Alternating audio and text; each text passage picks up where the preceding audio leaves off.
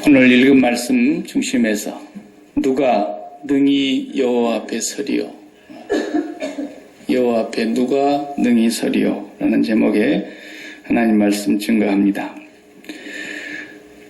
전쟁으로 빼앗겼던 법궤가 7달 만에 돌아왔습니다. 우리가 지난 시간에 돌아오는 과정을 보았죠. 누가 가서 가져온 것도 아니고 엄중하신 여호와의 손이 그들 가운데 역사해서 아무도 하나님 앞에 함부로 나서지 못하게 하셨고, 다곤이라고 하는 우상 신전을 완전히 회파해버렸고, 그 5개 고을로 옮겨갔던 법궤를 모셨던 동네마다 독종이 퍼지게 해서 사람들이 죽어나가고 고통이 이만저만이 아니었습니다. 결국은 이 법궤 때문이다, 돌려보내자 의견이 모아졌는데, 그것도 인정하고 싶지 않아서 젖먹이는 송아지를 데리고 있는 어미소 2마리를 한 멍에다가 이렇게 나란히 묶어서 수레를 메고 수레 위에다 법궤를 세우고 그렇게 해서 돌려보내 봐가지고 베세메스라고 하는 그 이스라엘 땅으로 곧바로 올라가면 이 재앙이 하나님께서 내린 재앙이라는 징조고, 만약에 소가 자로나 우로나 치우치거나 하면은 이 재앙은 우리가 우연히 만난 것으로 생각하자. 우리가 봤을 때에 말 못하는 미물 짐승이지만 이게 똑바로 올라갈 수 있는 상황이 아니고, 어떤 조건으로 봐도 반드시 베세메스로 갈 수 없는 상황임에도 불구하고 하나님은 그 소가 똑바로 가게 하셨습니다. 그래서 그 사람들이 이스라엘의 신이 우리에게 재앙을 내린 것이구나, 그걸 깨달았죠. 그런데 법궤가 돌아오는 것을 베세메스 사람들이 보고 있다가 너무 즐거웠겠어요. 7달 만에 이 법궤가 저절로 돌아오는 거예요. 아무 조건 없이 오는 거예요. 그래서 그 법궤를 받아들고 너무 좋아가지고 그 수레를, 새 수레를 전부 다 이렇게 다시 뜯어 해체해가지고 그걸 나무더미로 쌓고, 그리고 끌고 온 두 소, 암소 2마리를 잡아서 하나님 앞에 번제사로, 화목제사로 바치고, 그리고는 너무 좋아가지고 거기까지는 좋았어요. 근데 그 좋아하는 그 기쁨도 잠깐이고 법궤를 들여다본 거예요. 오늘 우리가 읽어보면은 법궤를 들여다본 사람들이 엄청나게 죽었어요. 우리 성경에 보면 가로를 쳐가지고 5만 70명이다 이렇게 써놨어요. 5만은 가로가 쳐져 있고, 왜 그러냐면 많은 성경에 사본들이 발견이 됐는데 어떤 데는 5만 70명이라고 쓰여져 있는 사본이 있고 어떤 데는 그냥 70명이라고 쓰여져 있는 사본이 있고, 많은 사본들이 있다 보니까 우리 성경을 번역할 때에 그 5만은 가로로 쳐놓은 거예요. 그 당시에 그 베세메스 동네 사람들이 5만 명이 될 수도 없었다고 보고 70명인데 이 사본을 기록하는 사람들이 잠깐 졸았는지 엉뚱한 걸 보고 썼는지 이게 오기를 했지 않았겠는가, 이렇게 이해를 하면 좋습니다.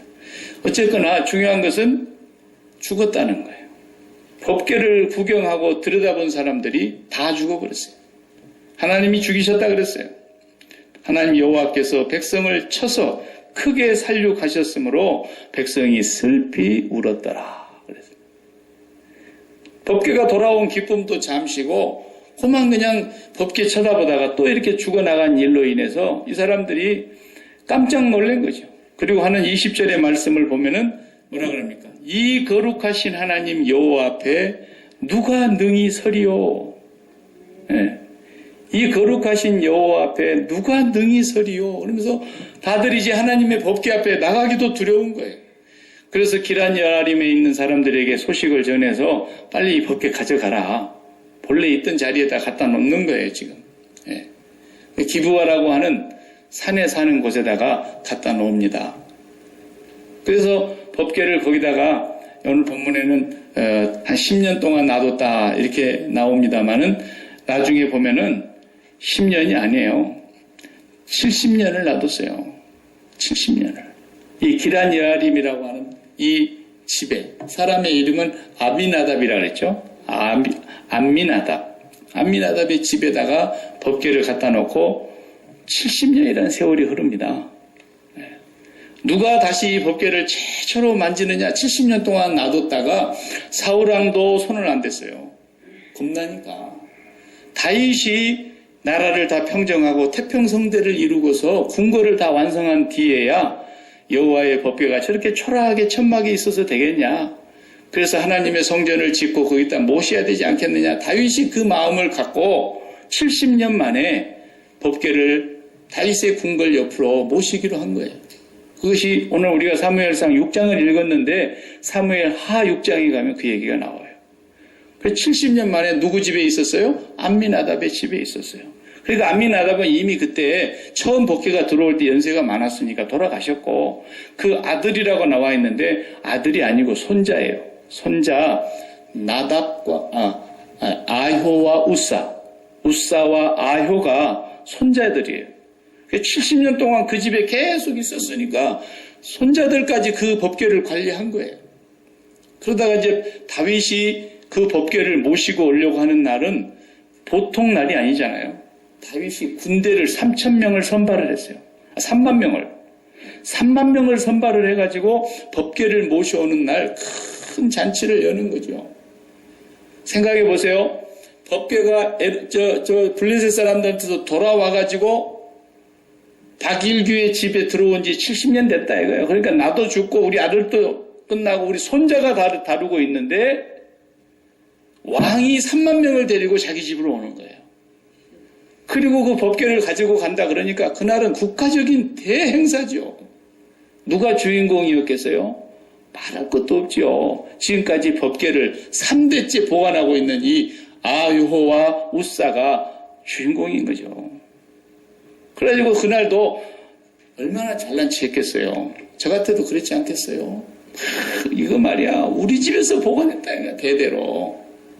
그 레위인들도 뒷전이고 레위인들이 그걸 알고 있었을 텐데 아무도 누가 얘기를 안 한 거예요. 그 얘기해봐야 혼나니까.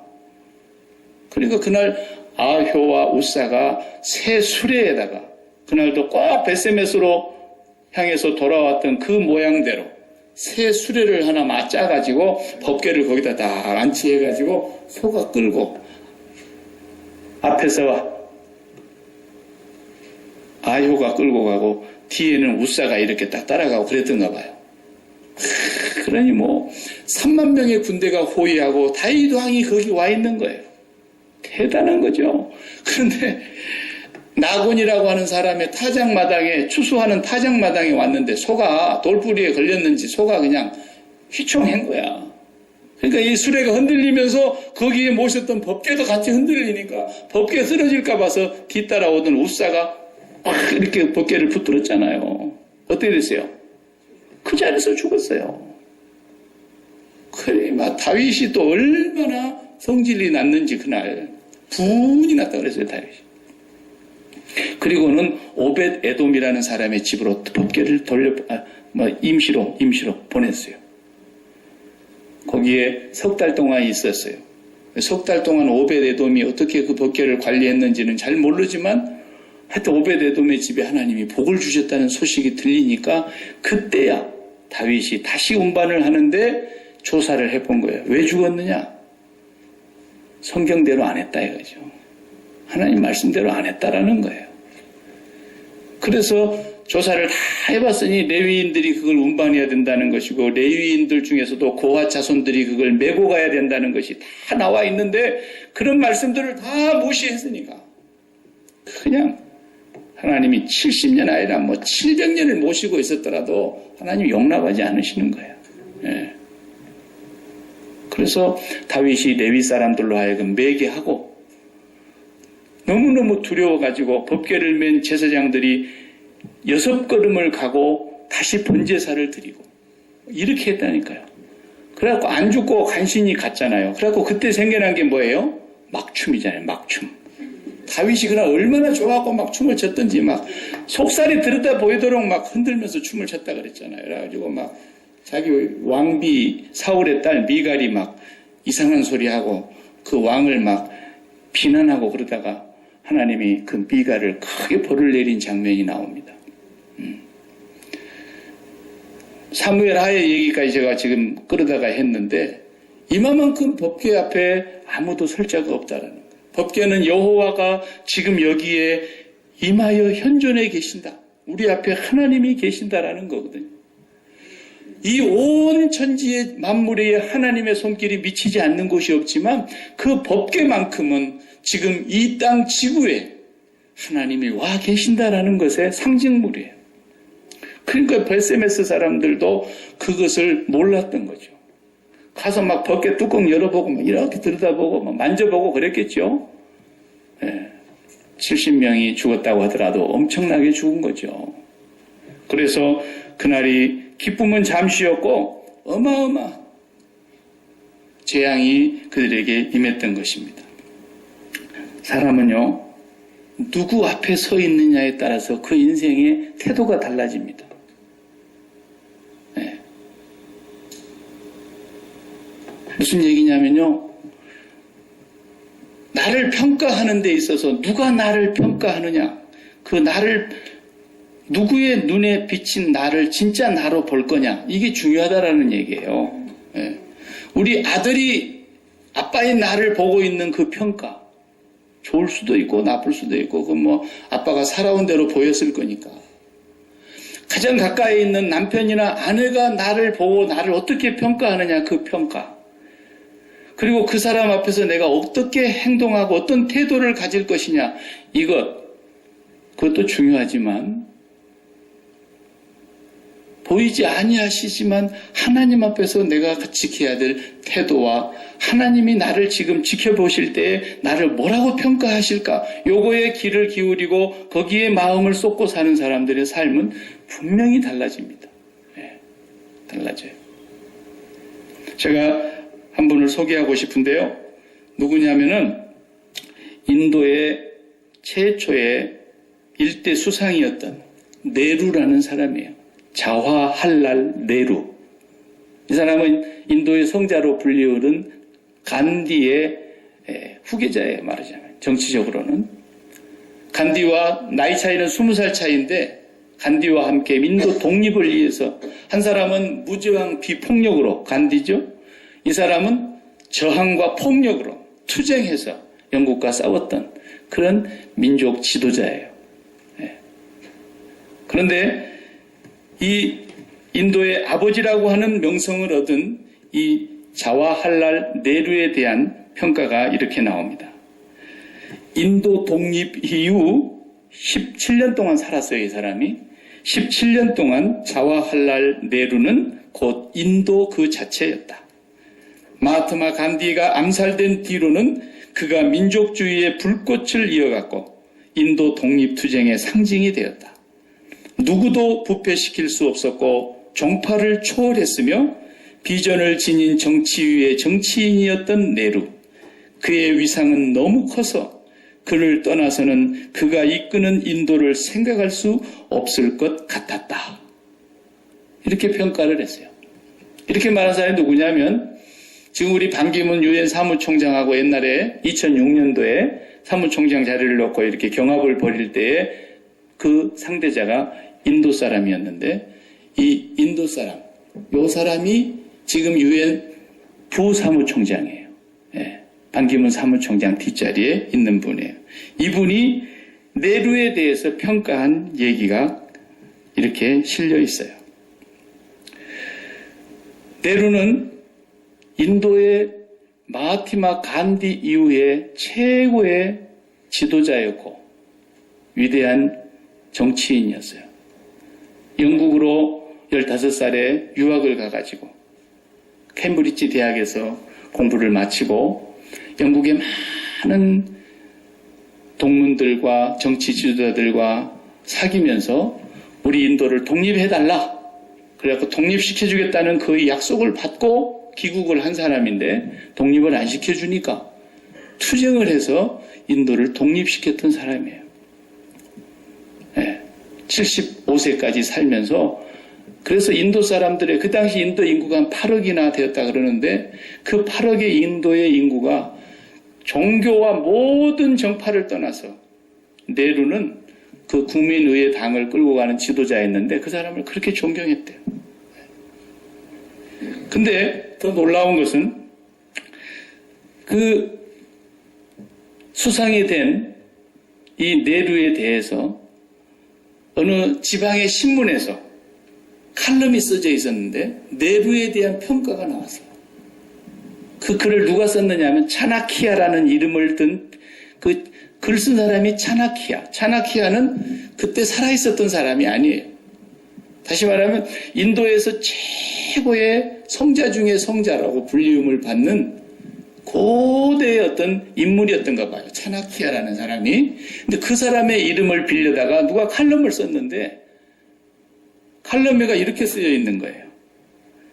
간디의 후계자였던 네루 총재는 관용적이지도 않고 약자와 능력이 없는 자들을 경멸하며 또한 자만심이 도를 넘어서 그가 권력을 남용할 가능성이 농후하다.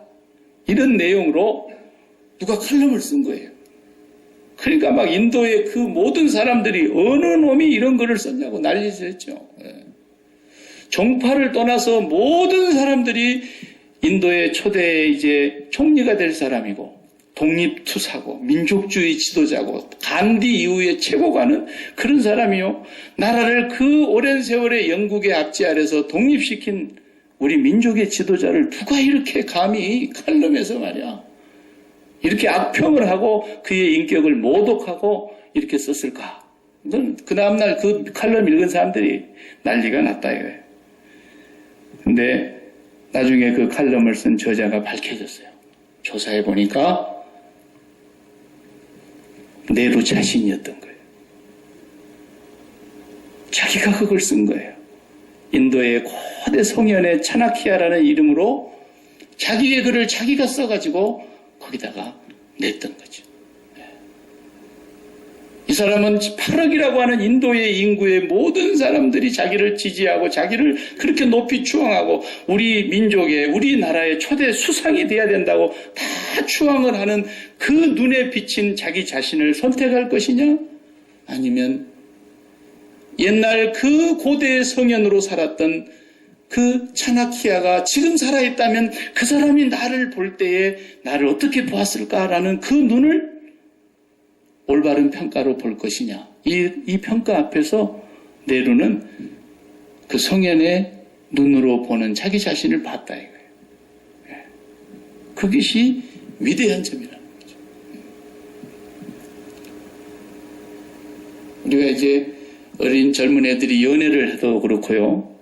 연세를 들어서 나이가 들어도 굉장히 내가 평소에 사모하고 존경했던 분, 그냥 뵐 수도 가까이 뵐 수도 없지만 너무너무 마음으로 존경했던 분들이 직접 내 눈앞에서 만나게 되는 상황이 벌어지면 대부분의 사람들은 어떤 반응이 나오냐면 그 사람을 뚫어지게 쳐다보지를 못하고 그 사람이 나를 어떻게 볼까 여기에 의식하면서 사람을 만나게 됩니다.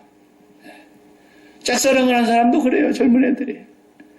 내가 그 사람을 바라다보는 게 아니라 그 사람이 나에 대해서 어떻게 생각할까 그거에 정신이 다 팔려간다고 말이에요. 따르릉 전화를 받았더니 UPS 택배에서 전화가 왔어. 30분 뒤에 내가 등기를 하나 소포를 가지고 갈 텐데 집에 있느냐? 확인 전화가 왔어요. 있다 오라. 30분 뒤에 온다는데 그 사람을 맞이하기 위해서 막 화장하고 그 사람 맞이하기 위해서 막 옷을 내입고 그런 사람은 없어요. 그냥 눈곱이나 좀 떼고 그냥 나와서 받을 수는 있어도 뭐 택배 접을 하는 사람을 우리가 무시한다는 얘기가 아니라 그 사람의 상대방의 이름의 존재감이 나에게 얼마만큼 무게가 있게 느껴지느냐는 것이 중요하다는 거죠. 우리 전 집사님이 마루를 키우는데요. 그 개가요, 주일날 오니까 이제 나를 많이 좀 아는 것 같아, 이제. 얘가 목사구나. 그래가지고 옛날에는 오자마자 막 지서대더니 조금 친해졌어요. 그런다고 해서 내가 그 개한테 잘 보이기 위해서 옷을 잘 입고 그러진 않아요.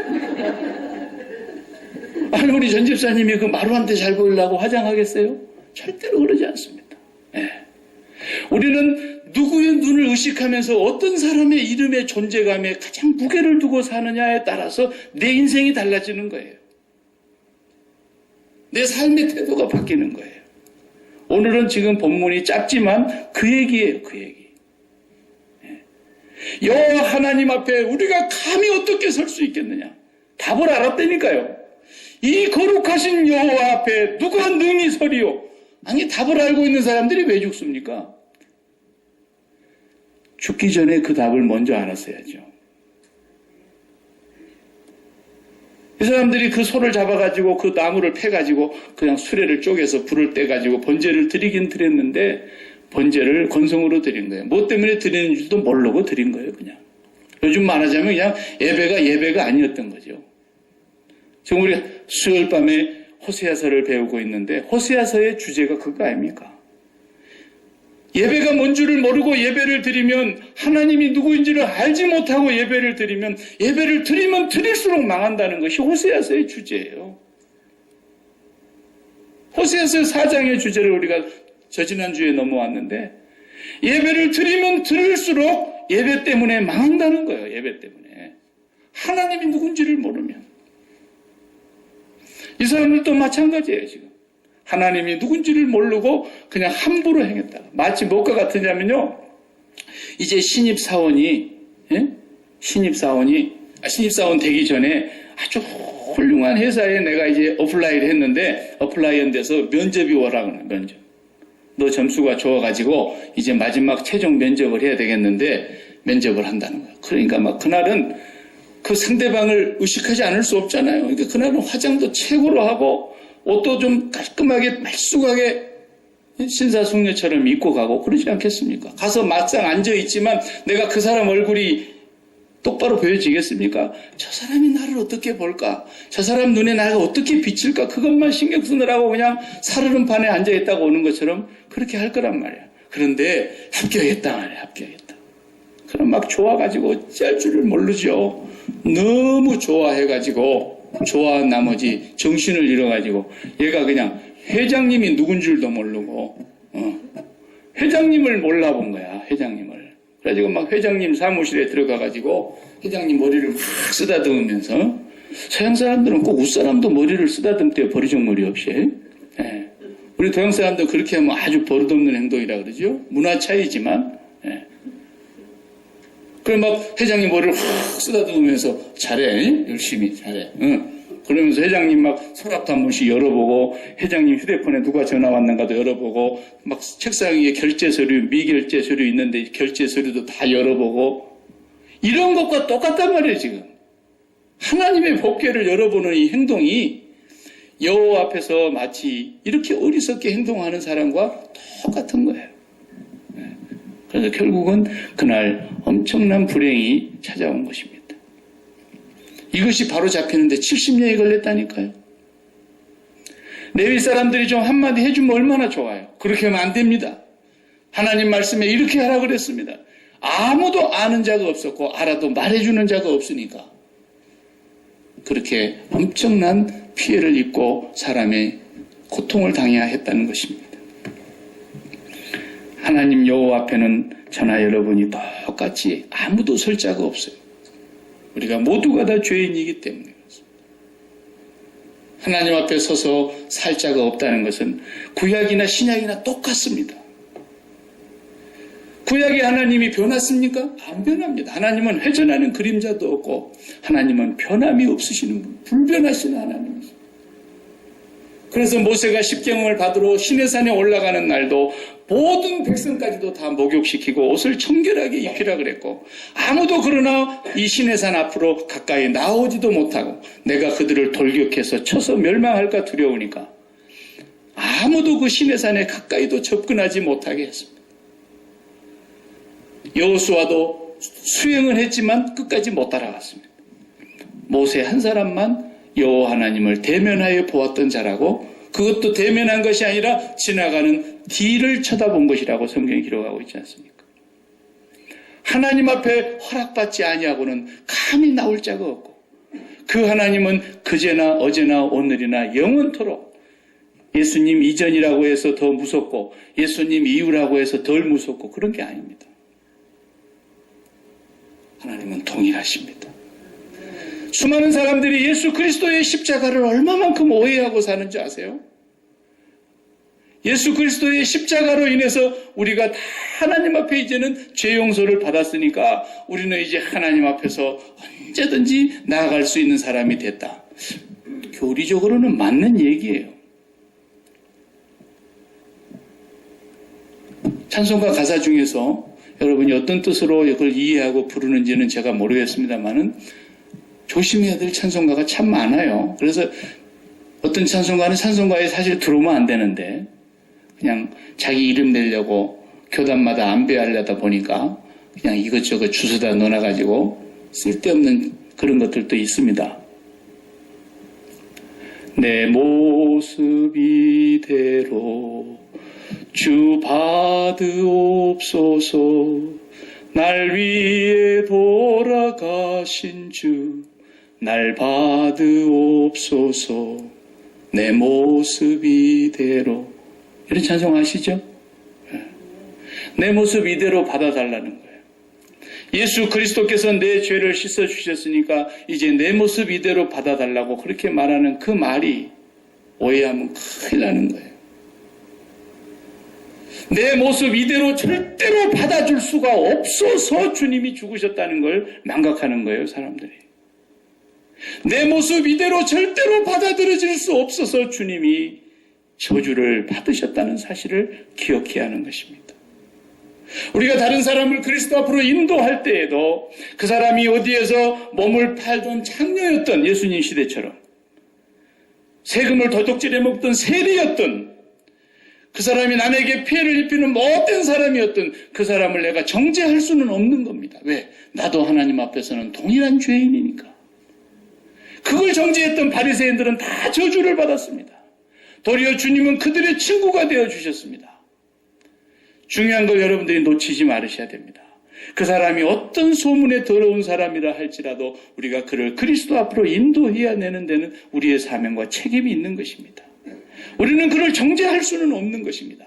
그러나 다만 예수 그리스도의 십자가 앞에 나아간 당사자는 그 모습 그대로 하나님 앞에 절대로 받아들여질 수 없어서 그리스도가 십자가에 죽었다는 사실을 기억해야 한다는 것입니다.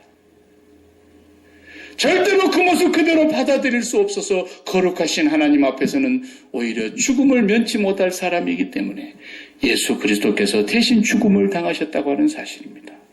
그렇다고 한다면 오늘 우리가 그리스도 앞에 선다는 얘기가 무엇입니까? 하나님이 나를 어떻게 보시느냐 하는 거예요. 하나님이 나를 어떻게 보시느냐. 버스메스 사람들은 하나님이 나를 어떻게 보시느냐에 대해서는 상관하지 아니하고 그들 하나님의 이름 자체가 그 존재의 무게감이 하나도 없었다는 거예요. 마치 그냥 택배 아저씨 온다는 소식 듣고 기다리고 있는 것처럼. 정말로 우리가 하나님께서 나를 보고 계시는 그 눈은 하나님께 비치는 나의 모습은 어떤 모습이냐는 거예요. 그 모습이 바로 예수 그리스도께서 십자가에 달려 계시는 모습이라는 거예요. 그 모습으로 나를 보지 아니하고서는 우리가 이 죄악된 삶을 떠날 수가 없는 거예요. 죄악된 삶은 떠나지 아니하면서 이 모습 이대로 받아달라고 하나님의 사랑을 자기가 함부로 해석하는 거예요. 그것을 바로 유다서에서 뭐라고 말합니까? 이 사람들은 물 없는 구름이요 열매 없는 가을나무요 캄캄한 흑암에 유리하는 별들이라. 하나님의 그 놀라운 구속의 은혜와 그 크신 사랑을 자기의 정욕거리로 바꾼 사람들, 자기의 세격거리로 바꾼 사람들이라 그랬어요. 예수 그리스도의 십자가의 은혜를 믿고 그 십자가 앞에 선다고 하는 것은 하나님이 어떤 나를 보신다는 얘기냐? 그리스도와 함께 죽을 기회를 주셨다는 거예요. 그리스도와 함께 이 세상에 대하여 죽을 기회를 주셨어요. 그리스도의 죽음이 나의 죽음이 되게 하시는 기회를 주신 거예요. 그리스도와 함께 내가 죽은 그 죽음을 날마다 바라보면서 하나님 앞에 서는 자만이 올바르게 서는 자인 것입니다. 구약에는 매일 번제를 드림으로 하나님 앞에 설 수 있었다고 한다면 오늘의 시대에는 예수 그리스도의 죽음이 나의 죽음으로 동일시 되면서 내가 이 모습 이대로는 하나님 앞에 받아들여질 수 없는 죄인인 것을 나를 받아들이시기 위해서 그리스도가 죽으셨다는 이 사실 앞에 그리스도의 죽음과 나의 죽음을 동일시하는 사람만 받아들여지는 사람이라는 것입니다. 나의 생활을 전혀 바꿀 의도가 없는데 그리스도께서 나를 위해 죽으셨으니 나를 받아달란 말입니까? 하나님의 사랑을 감상주의로 오해하는 것입니다. 절대로 하나님은 그런 사람을 받아주지 않습니다. 절대로 받아들여지지 않습니다. 어떤 순간이라도 나의 이 더러운 모습을 예수 그리스도께서 저주를 대신 받아주셨기에 내가 그리스도와 함께 저주를 받은 그 자리에 나도 함께 십자가에 죽었노라고. 그래서 그 저주받은 삶을 떠나야 하는 것입니다. 하나님은 사랑의 하나님이지만 거룩하신 하나님이시기 때문에 거룩하신 하나님 앞에서는 아무도 함부로 설 자가 없는 거예요. 여전히 도적질하고 있으면서 그리스도께서 나를 위하여 죽으셨으니 내 모습 이대로 받아달라는 얘기입니까? 그럴 수 없는. 여전히 간음하고 있으면서 예수 그리스도께서 나를 위해 죽으셨으니 나를 이 모습 이대로 받아달라. 이런 신앙의 감상주의가 오늘 너무너무 만연하다는 것입니다. 세상에.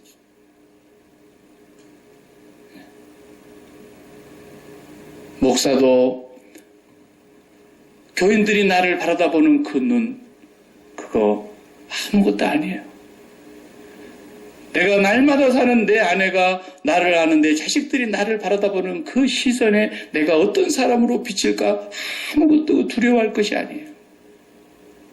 오늘도 그 법궤 앞에 하나님의 현존 앞에 하나님이 보이지 아니하시지만 보이지 아니하시는 그 하나님의 이름 앞에 내가 어떠한 이름의 무게로 그분을 의식하고 있느냐? 택배 아저씨로 의식하고 있느냐? 아니면 내가 진정으로 경외하고 두려움으로 존경하며 그분을 사랑하는 마음으로 그분의 눈을 의식하고 살아가느냐? 이 사람이 하나님 앞에 받아들여지는 사람인 것입니다. 그래서 우리는 날마다 예수 그리스도의 그 십자가와 나를 동일시하면서 그리스도의 십자가의 그 은혜를 붙들고 하나님 앞에 서야 되기 때문에 이 십자가는 고난주간의 메시지도 아니요, 이 십자가는 어느 사람에게 특정한 사람에게 주어지는 것이 아니라 365일 하루에 24시간 우리가 깨어있는 모든 순간순간 예수 그리스도와 함께 동일시되며 하나님 앞에 나아가는 것입니다. 나의 이 더러운 모습을 그대로 받아들여질 수 없는 거룩하신 하나님 앞에서 나를 받아들여지게 하기 위해서 당신이 십자가를 지셨다는 사실. 그 십자가의 사건이 나의 사건이며 하나님은 오늘도 그 십자가에서 죽은 나를 보시는 거예요. 그렇기 때문에 하나님이 받아주시는 것이에요. 그 십자가에서 달리신 예수 그리스도를 나를 보듯이 보시고 내가 그리스도와 동일시되게 하나님의 눈에 비칠 때만 하나님께 받아들여진다는 것입니다.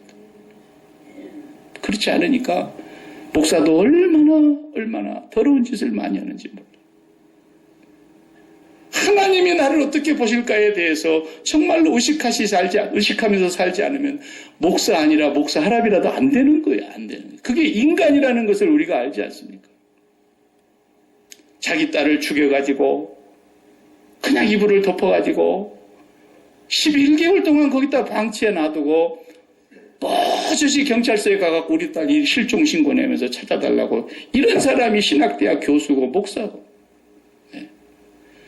유학생 아이 홈스테이 해달라고 자기 집에다 맡겨놨더니 그 자식을 데리고 얼마나 성폭행을 했는지 그랬는데 그 아이가 지금 너무너무 큰 상처를 안고 미국에서 살고 있는데 어느 날 인터넷이 발달돼갖고 그 사람이 어디 있을까 하고 18년 만에 찾아보니까 서울 모처에서 지금 큰 교회 목사를 하고 있는 거예요. 지난주 PD 수첩 90분인가 뭔가 거기에 나와가지고 거기에 다 드러나잖아요.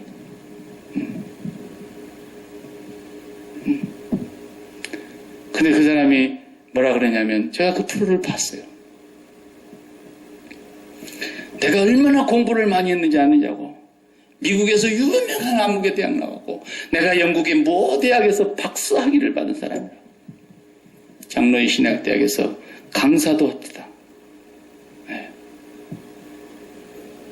기가 막힌 세상이에요. 하나님의 사랑을 우리는 감상주의로 오해하면 안 됩니다. 내 모습 이대로 받아달라고 하는 것은 감상주의입니다.